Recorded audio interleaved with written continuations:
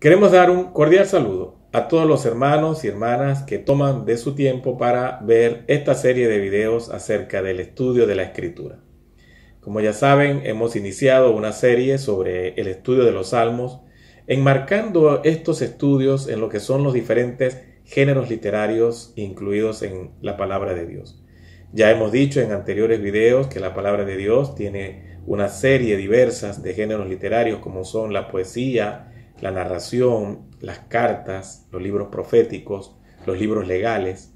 Y lo que queremos hacer en esta serie de videos es compartir tanto la metodología de estudio para cada uno de estos géneros, como también tomar algunos ejemplos de estos libros para compartir juntos su estudio.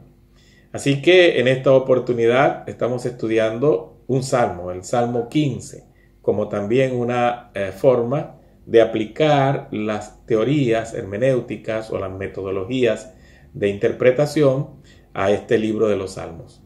Mi nombre es Samuel Marcano y soy vicerrector académico de Prometa, una institución que está dispuesta a ayudarle en su formación personal, ministerial y académica para que tenga recursos como servir al Señor efectivamente. Entonces, sin más preámbulo, veamos qué podemos aprender del Salmo 15. En primer lugar, el Salmo 15 nos dice el subtítulo de nuestra versión Reina Valera del 60, que es un Salmo de David. Y ya hemos aclarado que, aunque estos subtítulos no estaban en la mano original del texto, es decir, no fueron escritos por el mismo autor, fueron compilados a través de la tradición oral de una generación a otra para autenticar o de alguna forma señalar quién fue el autor del Salmo. Entonces, como tradición oral dentro del pueblo judío, se le da bastante crédito a los posibles autores señalados en estos subtítulos. Vamos a encontrar que hay varios salmos que tienen este tipo de subtítulos. Salmos de Asaf, salmos de Moisés, salmos de David, por supuesto, incluso salmos de Salomón. Entonces, el Salmo 15, básicamente cuando nosotros lo leemos, es una especie de invitación para pensar en qué condiciones debería uno entrar en comunión con Dios o qué esperaría Dios de aquellos que quieren tener comunión con Él. Leamos el Salmo, dice así: Jehová, ¿quién habitará en tu tabernáculo? ¿Quién morará en tu monte santo? El que anda en integridad y hace justicia, y habla verdad en su corazón. El que no calumnia con su lengua, ni hace mal a su prójimo, ni admite reproche alguno contra su vecino. Aquel a cuyos ojos el vil es menospreciado, pero honra a los que temen a Jehová. El que aun jurando en daño suyo, no por eso cambia. Quien su dinero no dio a usura, ni contra el inocente admitió cohecho. El que hace estas cosas no resbalará jamás.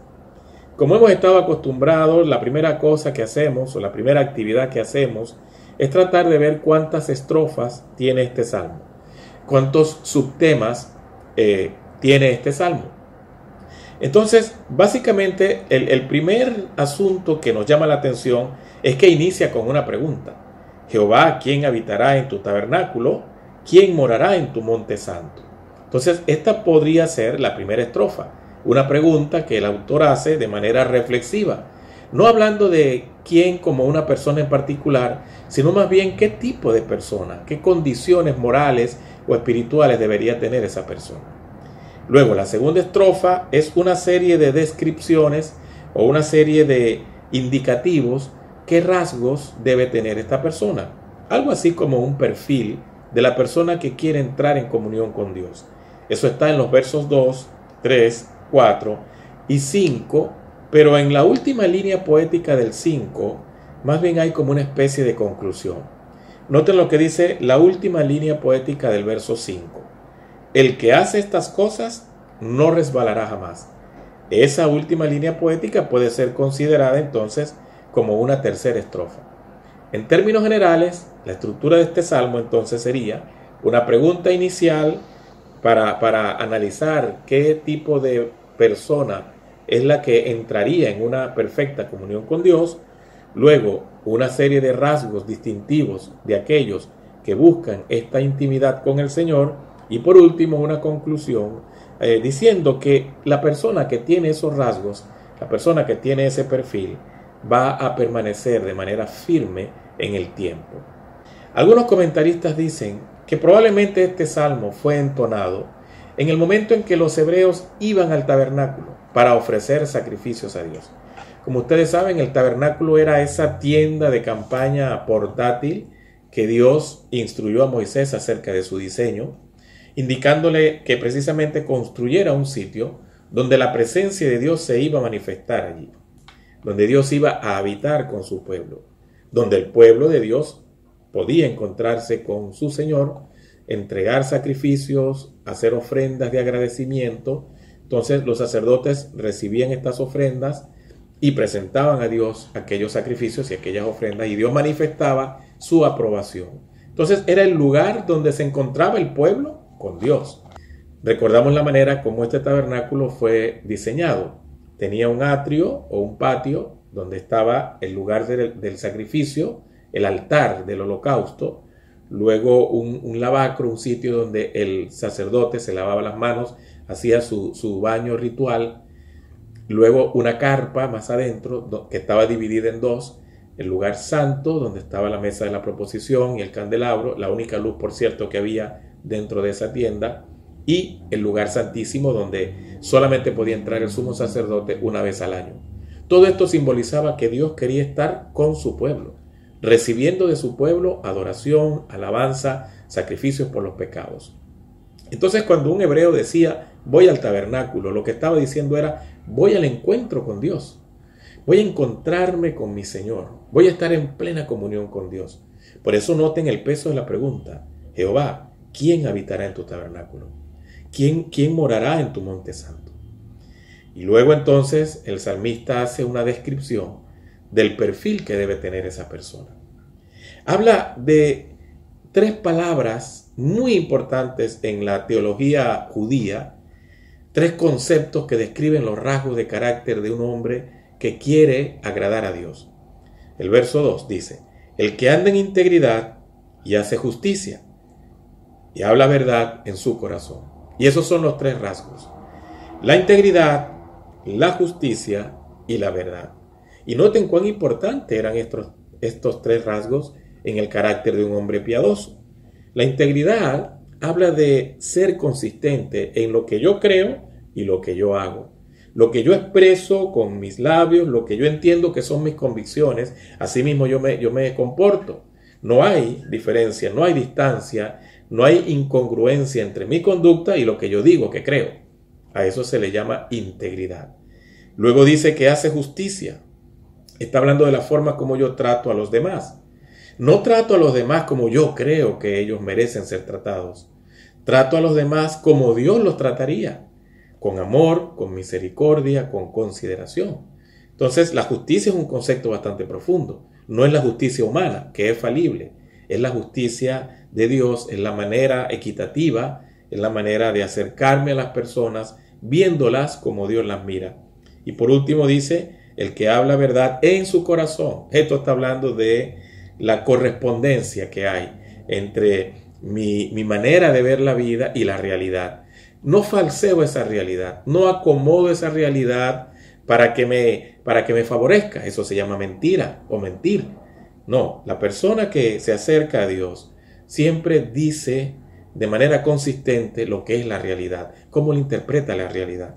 Entonces, esos tres rasgos son la forma como David dice en términos generales cuál conducta debería tener aquel que se acerca para tener una íntima comunión con Dios. Los siguientes versos, del verso 3, 4 y 5, nos colocan como ejemplos de cómo esos tres rasgos se van a manifestar. ¿De qué manera yo, como hombre piadoso, voy a mostrar que tengo una vida de integridad, de justicia y de verdad? Dice entonces el verso 3, el que no calumnia con su lengua, ni hace mal a su prójimo, ni admite reproche alguno contra su vecino.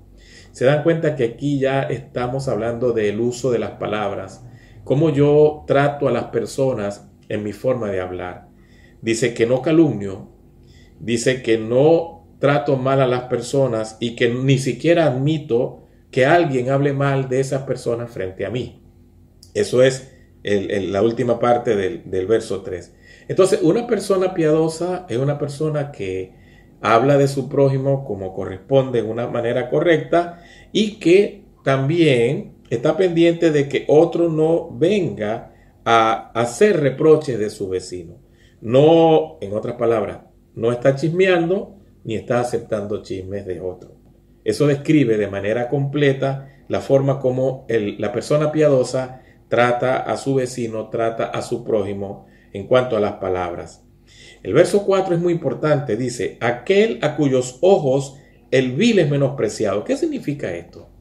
Esta primera línea poética del verso 4 nos está diciendo que la persona piadosa sabe escoger bien sus amistades, de tal forma que no va a hacer alianzas o pactos o esas amistades profundas con aquellos que ya Dios ha rechazado.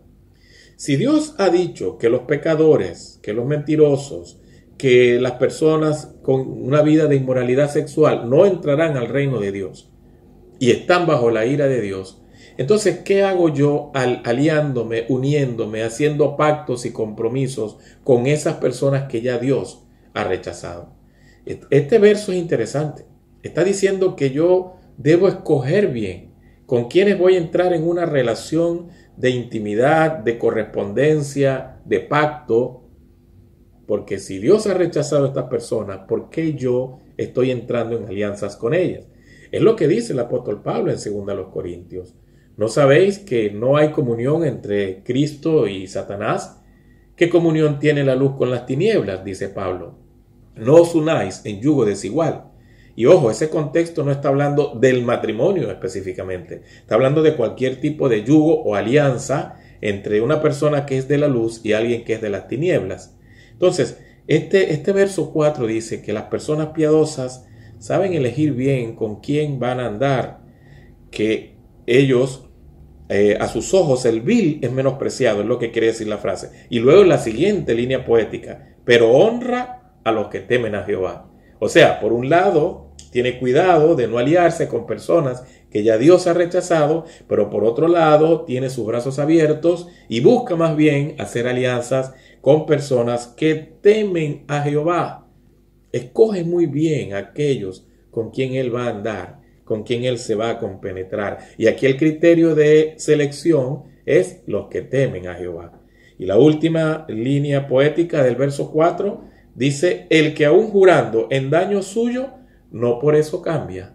Una persona que mantiene su palabra, que dice, voy a hacer esto, y a pesar de que luego eso que dijo que iba a hacer, de repente le puede perjudicar, él mantiene su palabra. Recuerdo la anécdota de alguien que me contaba que le ofrecieron un carro en venta y la persona había colocado un precio al carro. En esa misma semana el dólar subió de una forma tremenda, aumentó el precio de todas las cosas y la persona, por supuesto, la idea era que también aumentara el precio del vehículo. Sin embargo, cuando este hermano fue a hablar con la persona, esperando que él le dijera, bueno, mira, tuve que aumentar el precio del carro, el hombre dijo, no voy a aumentar el precio porque yo te di a ti mi palabra de que este era el precio en que te lo iba a vender y esa palabra la mantengo. Estamos hablando de alguien que, a pesar de que le afectó en esa semana el cambio del dólar, la persona mantuvo su palabra. A esto es que se refiere. El que aún jurando en daño suyo, no por eso cambia. Y por último, el verso 5 está hablando de la manera como las personas piadosas, las personas que quieren entrar en íntima comunión con Dios, manejan su dinero. Dice, quien su dinero no dio a usura, ni contra el inocente admitió cohecho. O sea, esta persona no coloca su dinero para hacer negociaciones que perjudiquen a otros, de manera que él pueda sacar el máximo provecho y la otra persona ser afectada. No, es alguien que es comedido, que sabe cómo ganar honradamente con sus manos, como dice también el apóstol Pablo en la carta a los Efesios. Sabe ganar honradamente con sus propias manos el dinero sin perjudicar a los demás. Sin, por ejemplo, personas que cobran intereses desmedidos, personas que utilizan el dinero para obtener grandes ganancias. Y luego dice que ni contra el inocente admitió cohecho. Está hablando de personas que cuando una persona inocente, por ejemplo, está siendo afectada, alguien le paga lo que se llama soborno para que esta persona inocente salga como culpable y perjudicada, y yo acepto el soborno. Aunque la persona es inocente, acepté el soborno para perjudicarla. Ese es lo que está diciendo el verso 5. Utilizar apropiadamente el dinero, no para mi propio enriquecimiento, provecho y para ampliar mis cuentas en el banco, sino para bendecir y ayudar a aquel que lo necesita. Finalmente el salmista termina con esta frase: el que hace estas cosas no resbalará jamás.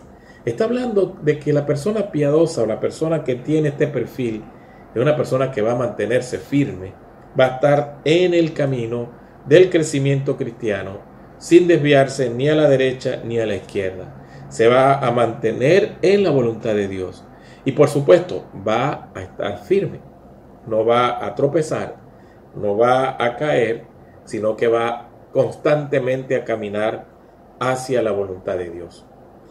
Este es el Salmo 15. Es un salmo que nos desafía a revisar nuestra vida y ver realmente cuál es nuestro carácter delante de Dios. Dios quiere tener comunión con nosotros. La pregunta es si nosotros estamos listos para tener comunión con Dios. Si nosotros tenemos un carácter que le honra. Si nosotros realmente tenemos integridad, justicia y verdad para disfrutar de esa comunión con Dios. Hoy en día no tenemos un tabernáculo como tal, un sitio donde uno pueda ir y encontrar allí la presencia de Dios.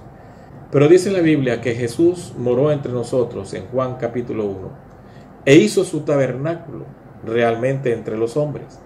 Y luego cuando Jesús terminó su ministerio, después de 3 años, dijo: yo me voy, pero os dejaré a un consolador. Dejaré al Espíritu Santo, el cual estará con vosotros.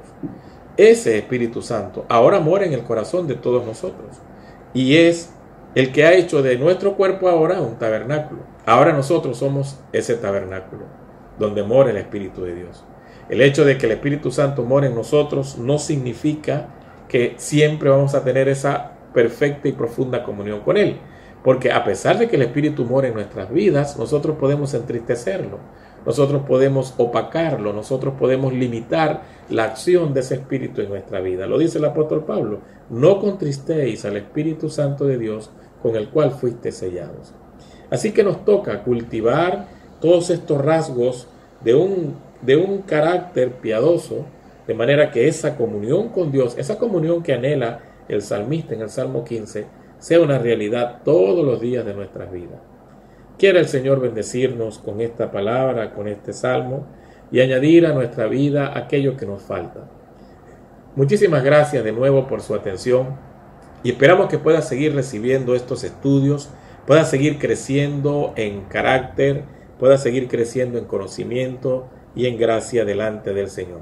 Mi nombre es Samuel Marcano y estamos completamente a sus órdenes en mi correo samuelmarcano77@hotmail.com y también en Prometa, esa institución que existe para bendecirle a través de las herramientas prácticas, ministeriales, bíblicas, exegéticas, para que usted pueda sacar el máximo provecho de la palabra de Dios para su vida y para su ministerio.